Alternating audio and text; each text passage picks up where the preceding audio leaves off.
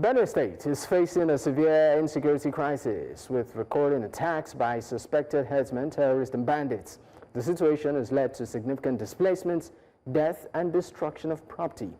The governor of the state has expressed frustration and despair over the plight of the state's citizens, citing that urgent need is required for a unified front against these existing threats. Well, joining me now to discuss this is Augustine Egar, is a security expert joining from Lagos. I also have, of course, Kamilu Sani-Fage, is a professor, Department of Political Science from Bayero University. He joins virtually from Benue State. Thank you for your time, gentlemen. Thank you for your time. Pleasure. All right, let me, of course, start with you, Augustine. Augustine, I mean, we are seeing what is happening in Benue State, and I mean, in recent times, it's pretty bad. If you permit me, just let me give you a bit of a chronology as regards this recent attacks in the state. We saw attacks in April, in June, and of course, really disturbing, with a lot of people being affected, you know, by this very gruesome attacks. Even though we've seen the governor come out to speak on this issue, many, you know, feel that more needs to be done. So please, if you just permit me, just let me give a bit of timeline as regards these attacks. For instance, on June 10th, 2025, gunmen attacked Gatu and Akpa local government areas, killing at least 4 residents in that particular area. Also on June, between the 1st and 3rd, this same year, fresh armed attacks, you know, and communal clashes across 3 local government areas, resulting in about 58, you know, deaths. Now, on April 1st to June 1st, 2025, at least over 200 persons were killed in armed attacks across 10 local governments in Benue State, with Sankera axis recording the highest death toll of about 83 fatalities. I mean, you are a security expert. What are they not getting right when it comes to the security architecture there?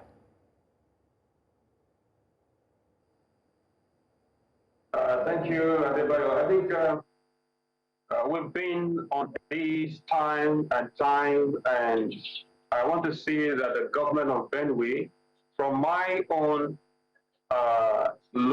outlook, is weak, because crime don't happen where there's capable guardians. Criminal activity happen when there is a weakness in a system. So that particular area or that state has been vulnerable. Though in most of my conversation with the media, I've always said that terrorism, as we call it terrorism, is always grounded in political agitations. And so Benue, first of all, we must look at the background of Benue State. Before you can resolve the issues in Benue State, let us look at the ethnicity settlement in those places. They have to look inward first. Because criminals don't invade a place when there is no handshake. There is always a handshake coupled with a weakness in the system before a crime can take place. So probably you understand that that state has been so heated in political struggle. Let us base that. I'm not saying it's totally something we should say is politics, but I want to believe that criminality happens when there is vulnerability in the system. So the weakness has been created by political struggle. And so the attack is taking place that they are taking advantage of the weakness to intensify attacks. I mean, your point the government of the day. Okay, sorry. I mean, talking about the government of the day, you said that except there are cracks within, most times this kind of attacks usually come with handshakes. If I'm to, of course, speak your words loosely. This, in a way, are you trying to tie to what the governor of the state saying that these attacks largely have political, you know, footprint and handprints on it? Is that what you're saying? Well, I am based on my learning, understand, based on my study of terrorism, I will always say that it is based on political, is grounded on political. The governor, because the governor, he didn't rise to become an engine of that state. He has been in that state. He has observed the trend that have happened in that state before he desired to become a governor. So he's speaking as the engine of that state. Me, I am speaking as an expert who have studied patterns of crime and patterns of violence. So I am trying to collate everything and say that there is something that is causing this handshake. I believe that it's a handshake. Criminals cannot come to a place and continue to be very hostile, community by community, day after day, repeated attack, and there is no reprisal. At least there's a bit of, let me say, resistance. Benue has been a state that has been under these severe attacks for so many years now, and they've never found a solution to it. So what is happening? That's a question that I want us to still look inward. The governor needs to look inward. While it's good to say, it is not also good to blame too much. You need to swing into action. You have been given a mandate to protect the people. Mr. Augustine, and let's, of course, go to bring into the conversation Helen Ameh. Helen Ameh is a grassroots mobiliser. She's resident in Benue State. Helen, thank you for your time. Thank you. Okay, Helen, let me start by asking you. I mean, you are a resident of Benue State. You're currently there now. Do you feel safe? No.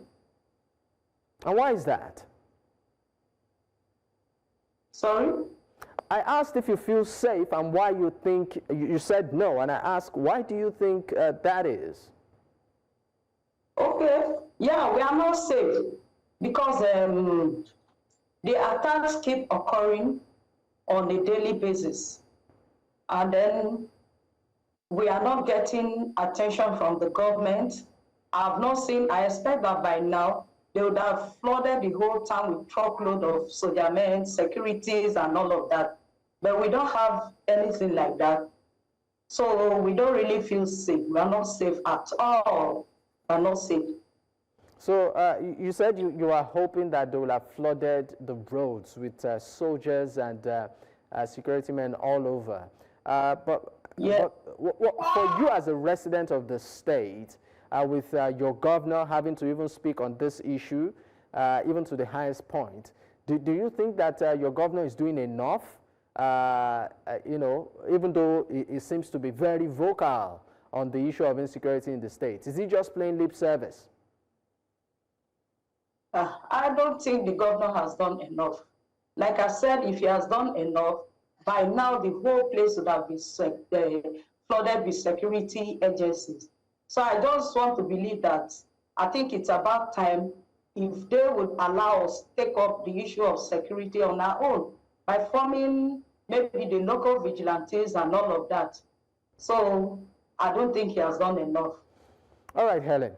Thank you so much. At this point, we'll go on a quick break. When we return, we'll be looking at what, of course, you know, might be considered as the root cause of many of these attacks and the way forward.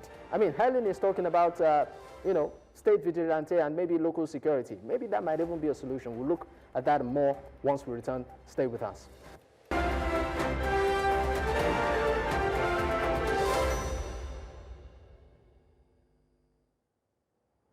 Many thanks for staying with us. It's still Politics HQ on News Central Television, and we're looking at the insecurity situation in Benue State. I still have my guest with me, Augustine Egar, as a security expert from Lagos. I also have Kamilu Sani-Fage, is a professor, Department of Political Science, Bayero University. He joins virtually. Also, Helen Ameh, she is a grassroots mobiliser from Makurdi, Benue State. Thank you for staying with me. Let me come to you, Professor.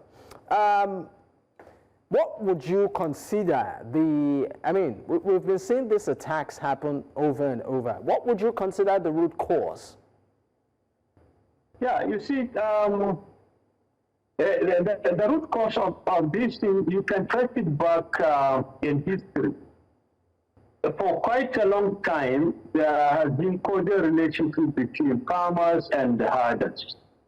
And it government, series of government have tried to manage whenever there is a conflict between the two. For example, during the colonial period, they were able to demarcate grazing areas and pathways for the herders so that they avoid these conflicts. And after our independence, such relationships also were managed by traditional rulers, by the government, so that it didn't go out of hand. Then they were able to manage it. But now, due to greed and these politicians, they seem to see where they can capitalize.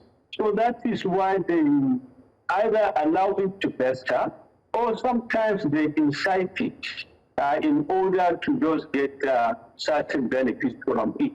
Otherwise, these things could have been resolved by the government.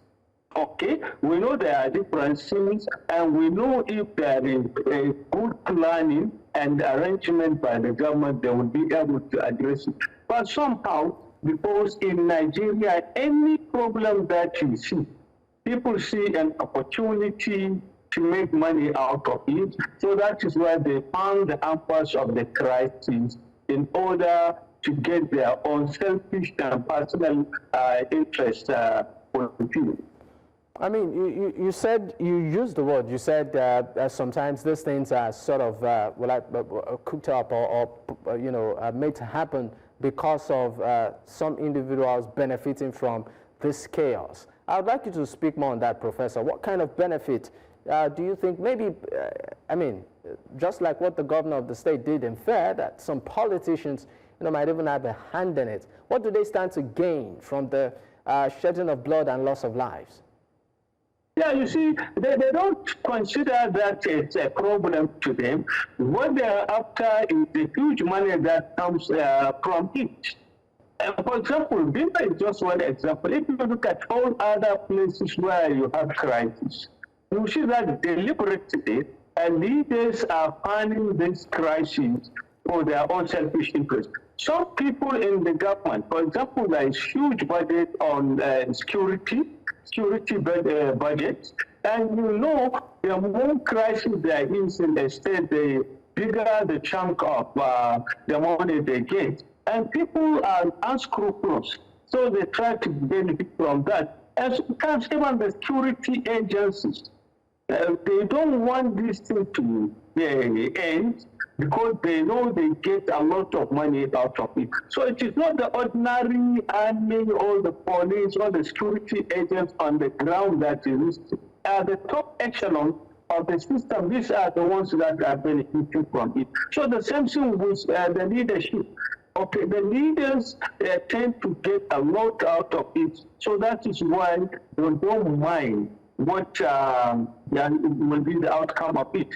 It is a sort of myopic approach, because they think money is the solution, is the benefit, but they don't see the implication of that. So that is why you see people within the government, the opposition, security agencies, and then many business people are making money out of it.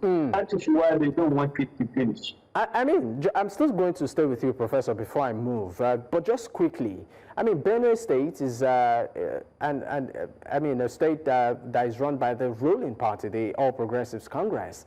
If one is even to look at it and say, you know what, maybe there is a political twist to it, maybe opposition, for some political stalwarts that may say in situations like this, you want to blame the opposition. But this is not the case. It's the ruling party, even at the center, that is in charge of the state. What do you think could also, what do you consider from a political perspective now, the issues? Won't you also want to say, for the fact that it's even controlled by the ruling party, one would expect some level of stability and peace, but we are not seeing that.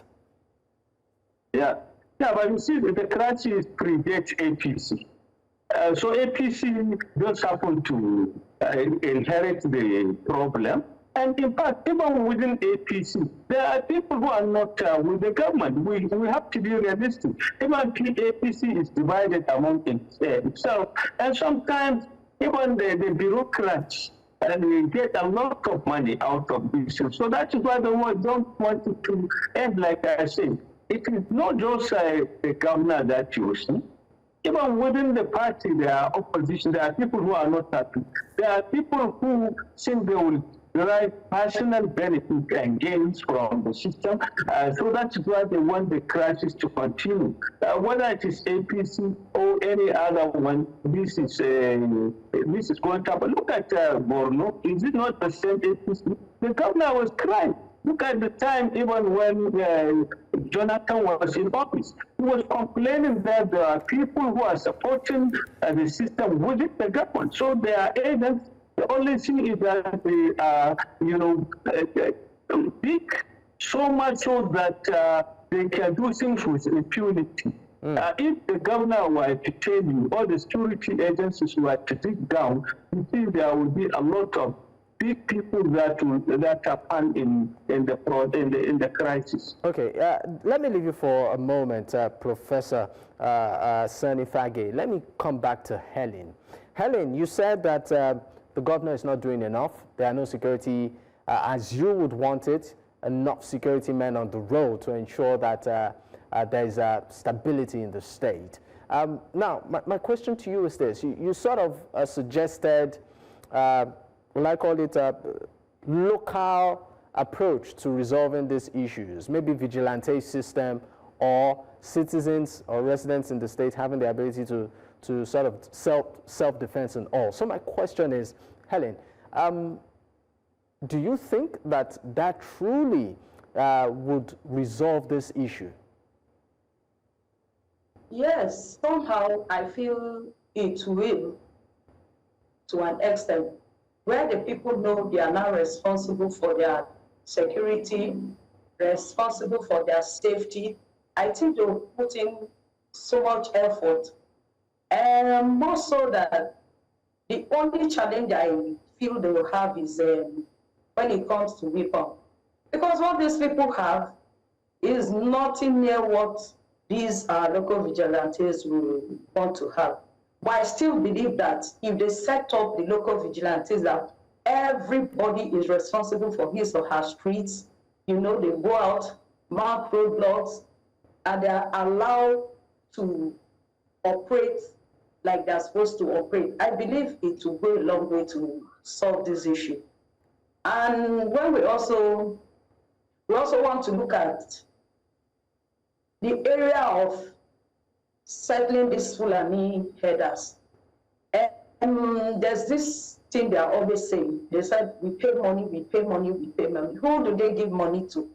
If they have paid to be, and they are allowed to settle in Benue State, and they feel because they have paid, they have all the rights, they have Helen, authority I'm going to come in stay. here. Who are those saying they paid money? Helen, please, 1 minute. Who are those who say they paid money?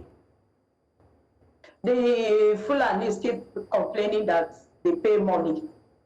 They keep saying, because I've watched several interviews of the Fulanis complaining that they pay money to chiefs, they pay money to this, to that.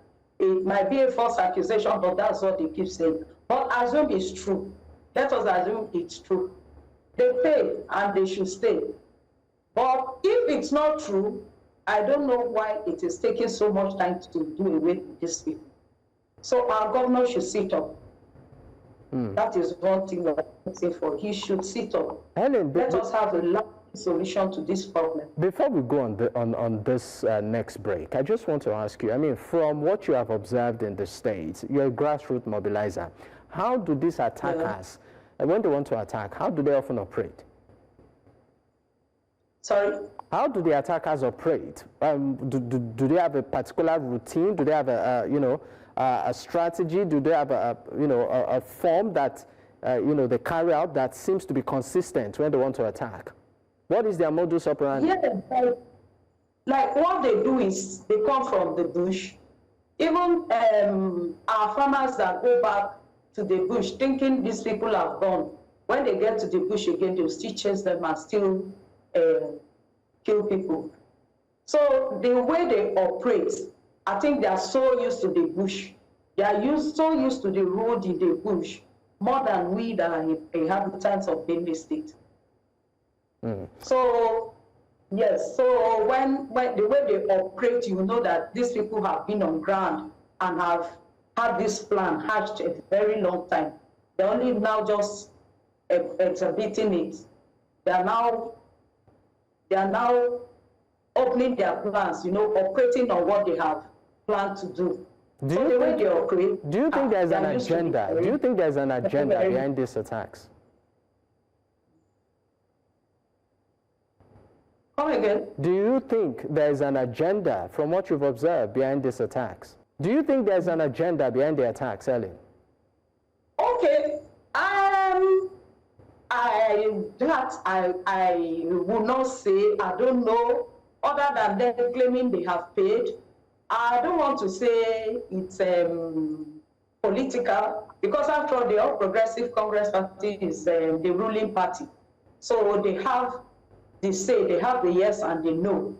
So if there's an agenda behind it, if there's anything I think is them claiming they have paid money to some persons to acquire land in Benue State. So that is what I believe is the only agenda. The political, I don't think. All right, thank you so much. We'll go on a quick break. When we return, we'll definitely dig more into this topic and this issue. Stay with us, we'll be right back.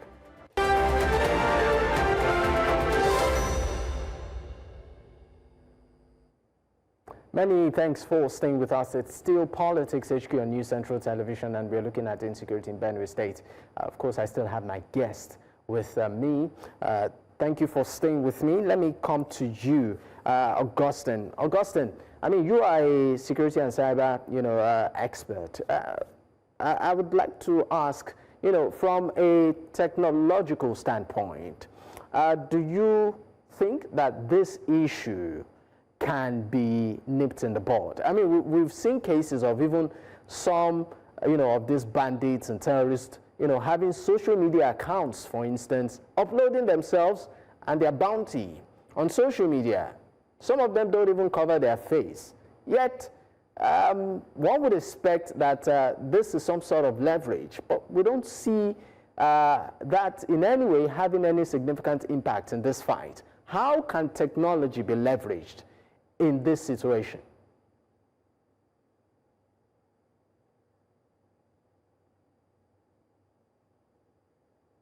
In terms of tracing out the dark web, some of those terrorists, they operate through the dark web. It's very difficult to trace them and know exactly they're operating from. Technology can be exploited when you have a working system on ground. Technology is operated by human beings and not technology operated itself.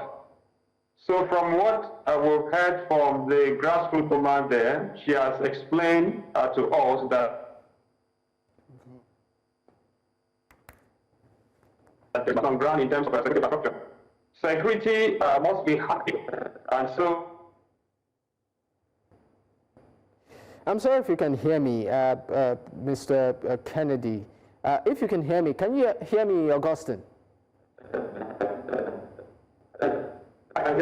Okay, we are having serious difficulty trying to connect with you. So I might just need to leave you for a moment so that we can resolve that and maybe direct my question to Professor here. Professor, with a little twist, let's look at the efforts of the governor, and not just the governor, let me use the word the government of Benue State, in this fight.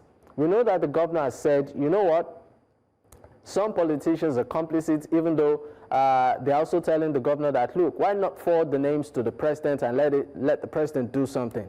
There's also the House, the State House of Assembly there too. They're saddled with the responsibility of ensuring that, Benue is safe. For instance, we tried even getting one of them to come on this program this evening. He agreed, but declined last minute for personal reasons best known, right? So I'm going to put this question to you because you are a professor of political science. I mean, is the government, from your observation, paying lip service when it comes to security of lives and property in the state? The government pays lip service to security issues. Otherwise, this problem would have been nipped in the bud early. Because one thing is that before you must take proactive measures. That is, there has to be intelligence report on issues. That is the best way to ensure security. You don't allow it to happen. Once the crisis happens, it means security has collapsed. So the best way is the preemptive address to the issue. So this is where the leadership comes in. Okay, they have to make sure that right from the grassroots level, they are able to have information so that they can prevent the thing from taking place. But you see, if you look at it, even the common people who volunteer to come out to give intelligence report, they are exposed. So some of them become victims just for giving the information. So that is why people are not reluctant, are not willing to come forward to give information, because they know if they do, they are at risk. That is one thing. Secondly, the biggest problem is corruption. Like I said earlier on, people are making huge of money out of it, so that is why they don't want it to finish. Look at what happened. Even the ordinary army on the fields will sometimes try to go ahead, but when they are about to end the problem, they will get orders to withdraw. That is another thing. The other thing is, a governor is about to be the chief security officer in his state, but he's not in charge of the security agencies. So sometimes where you don't compromise your position, you find out that the security agencies will not cooperate with the government.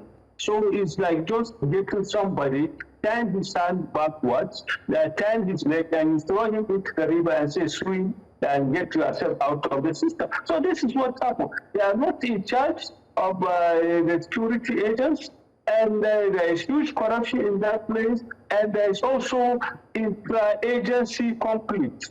Okay, you don't have harmony between the various elements, security agencies. Then there is, above all, absence of credible security information. And even where you get it, some people will sit down on it, they will not utilize it. So unless we take a holistic approach to the issue of security, whether in Benue or in any place, we are just toying with the system.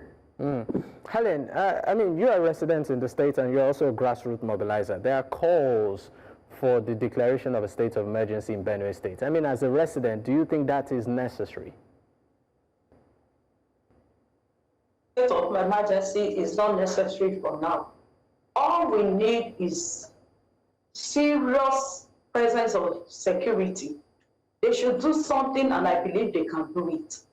So we don't need a state of emergency yet. We don't need it.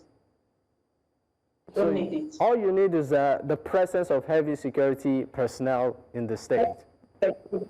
Yes, to safeguard lives, prevent attacks and all of that.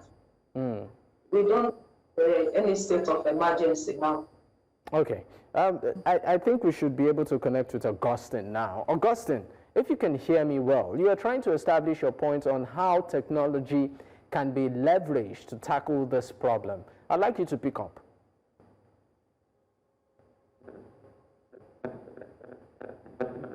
Yeah, can you hear me now? Yes, please go ahead. Can you do without the earpiece, please? Yes, just do without the earpiece.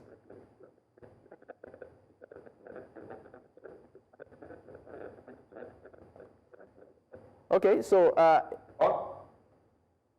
all right, so Augustine, let's hear you on it. All right, so Augustine, let's hear you on it.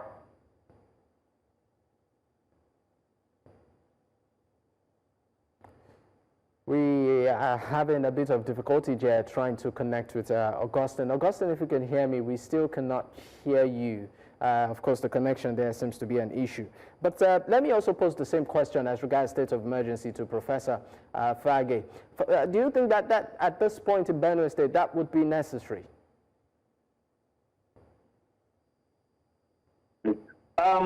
Because by the time you say state of emergency, you are now going to do like what happens in River State. The government would be set aside, and then the federal government will take charge of that. But if, on the other hand, the federal government may decide to put a state of emergency like what happened during the time of good luck in Borno, that what they do is they still maintain the government and the legislature and everything, but in terms of security issues, the government take over that aspect and have federal agencies, the army and the police to take care of that. That one will be okay. But if you think of state of emergency like the way we have it in Rivers, I think that is not necessary because it will amount to another different problem that you are going to create. Okay, so to me, I think I don't support the state of emergency like what happens in Rivers. But what happened in Borno during the time of Jonathan, I think that could be acceptable so that at least you address this. But the most important thing I think is the government should try to create, the atmosphere of live and let live. Okay, where you now have ethnic profiling, where you talk of people like foreigners in the land, where you have to see you are not taking measures. Like I said earlier on, this issue of herders, farmers, even colonial government was able to address it. And there was peace at that time. Why can't we do it now? Why can't we develop the political will to address it? This is the key thing. Not the sorry, question Professor. Professor Sani-Fage. No. Professor Sani-Fage, I mean, for you, from, will I call it pretty much a theoretical or even practical perspective, as a professor of political science, what would you consider a lasting solution to this farmers-herders clash? Yeah, you see, giving everybody the right to coexist side by side, that is it. I don't want to blow my own trumpet. I think here in Kano, way back in like 1993, when I was a political advisor to our governor, it's the same issue arose, and we were able to resolve it. Okay, by using the traditional rulers, by getting information, and by briefing the leaders of various groups to sit down and now make them to believe that they have to coexist. Nigeria is for everybody. We cannot say that we can discriminate or push somebody or take hard stand on it and we expect to have peace. So we have to come to now and let bygone be bygone, bring the two groups, sit down together and discuss this on political table and now have a common solution so that everybody will see that their coexistence is a win-win for everybody. But if you want to make it a win-loss for another person, you are not solving the problem. All right. Thank you so much, Professor. We'll go on a quick break. Once we return, we'll, of course, be taking our final thoughts on this. Please stay with us. We'll be right back.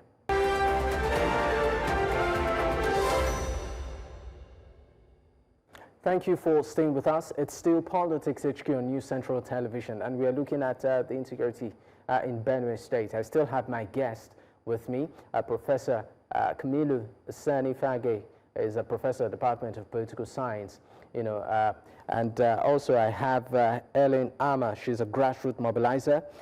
Both, of course, are joining virtually. Thank you for staying with me.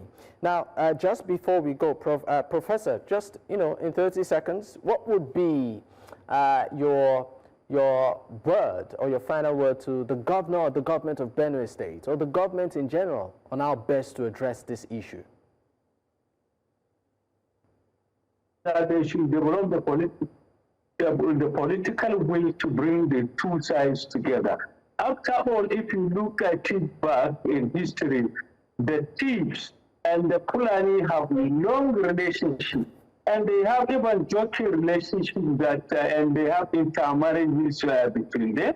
So I think this is what the government should leverage on and try to bring the sides together so that nobody will feel that you are taking sides with one element. And by the time you bring them and have that political solution, that is when you can impose the will on anybody who violates the agreement. All right, for you, Helen, I mean, you are in the state, just like I mentioned earlier, you're a grassroots mobilizer. I mean, if you were to, speak to the governor of the state right now and members of the State House of Assembly, what would be your message to them? My message to the governor is this. Here, Governor Hyacinth Alia, as the security officer of Benue State, should be able to identify the assembly members and all of those they claim have collected money from the herders, return back their money to them, and they should be brought to book. They should be brought to face it if that claim is actually true. And then if it's true, I'm surprised that up to this moment, the governor has not done anything about it. All we are hearing is claim, claim, claim. And then if there's a way he can actually call for a dialogue, ask these people, what do they actually need? What do they want? He should find out from them what their problem is. By the time he has done that, he should not face it squarely. If there's anybody who is involved in this act that is causing so much loss of lives, they should be brought to book. That is one thing that I've been wondering why the governor has not taken that move up to this moment, when they are claiming that I think from him, that some assembly members have collected money from the herders. It's very easy. They should be brought to book. Let them come and face it. The right thing should be done. And before then, he should please flood securities everywhere and then support the forming of the local vigilantes.